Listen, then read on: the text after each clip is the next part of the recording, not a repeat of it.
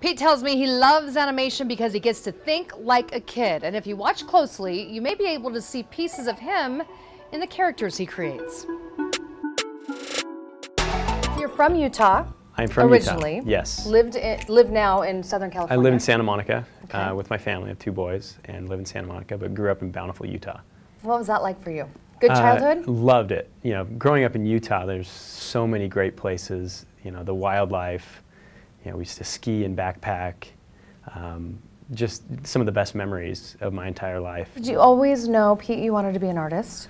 Yes, my mom is a fine artist herself, and every summer she would teach art lessons from our basement. So I would just be the kid sitting in the back, drawing and painting. So from a really early age, I learned the fundamentals of art. And you know, I draw on everything, couches, walls, whatever I could get my hands onto. In high school, I started to excel even more, and then when it became time to apply to colleges, my high school art teacher, Tom Bettine from Judge Memorial, said, hey, you should look into animation. So I did a lot of research, went and visited schools, and found Loyola Marymount University, and they have an animation program, and got accepted into that. I was lucky enough to land my first job at the Cartoon Network out of school. So fast forward, you graduate Loyola, you meet the love of your life, your wife. You guys have 2 kids. 2 kids, 2 boys, yeah. How old? 4 and 3. 4 and 3. Yes. So you're in the beginning. Yeah, we're the just in the beginning beginning stages. Yes. And you've done some major movies. Worked on a handful. Worked on Madagascar 2, Hotel Transylvania, Paranorman, Cloudy with a Chance of Meatballs, that first and the sequel. So yeah, I've had a great fortune of working on many great films. And then, dun dun dun, we have Angry Birds. Angry Birds. Yeah. No. Happy Hats Day to you. Which was like, could you ever have imagined the appeal?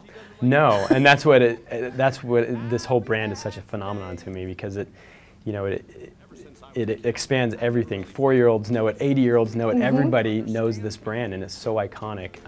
And it was really exciting to get the call to work on this film, because I myself was a huge fan before I even knew I was going to work on the game. So I chalk up all those hours of me not changing the diapers and helping my wife playing Angry Birds to research.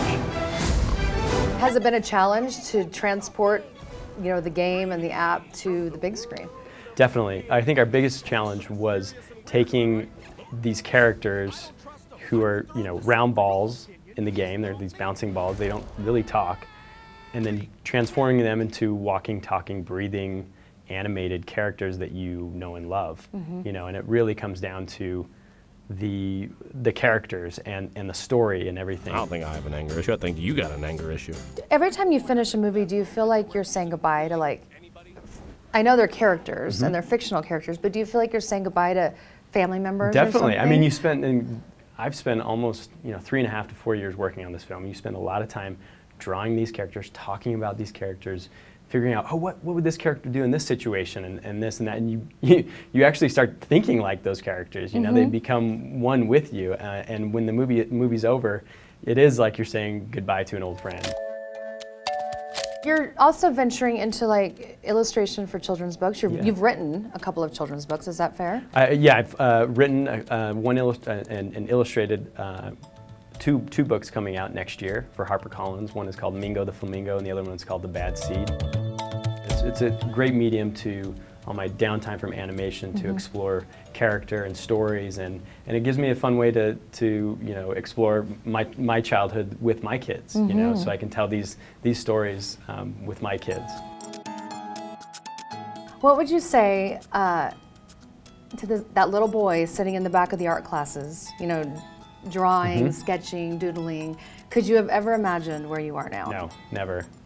I just feel like that it's something because I love to do it, and I've been fortunate to have that support.